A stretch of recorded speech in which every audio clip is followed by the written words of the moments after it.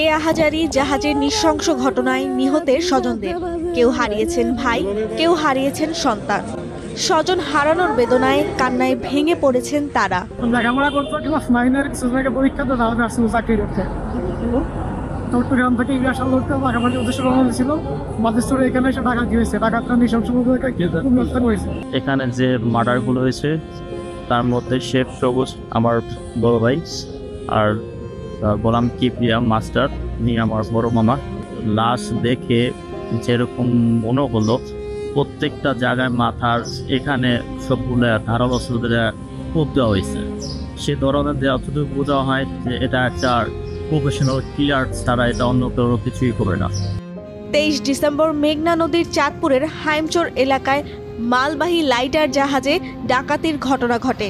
24 December মঙ্গলবার ভোর থেকে তাদের লাশ নিতে 250 শয্যা বিশিষ্ট চাঁদপুর সরকারি জেনারেল হাসপাতালে ভিড় করেন স্বজনরা। তবে এ ঘটনাকে নিহতদের পরিবারের সদস্যরা ডাকাতি নয়, পরিকল্পিত হত্যাকাণ্ড বলে অভিযোগ করেন।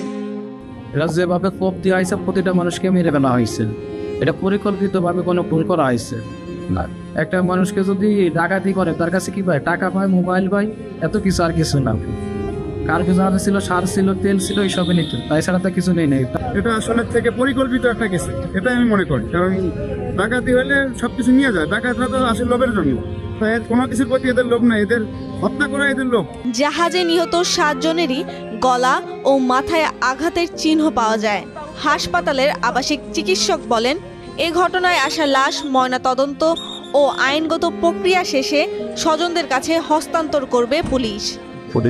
7 জনের মরদেহ নিয়ে আসছে, তো আমরা এগুলা রাতে আমাদের হসপিটালে ছিল, সুতাল হয়েছে, এখন পোস্টমর্টম হবে, তারপরে লাশ হস্তান্তর হবে।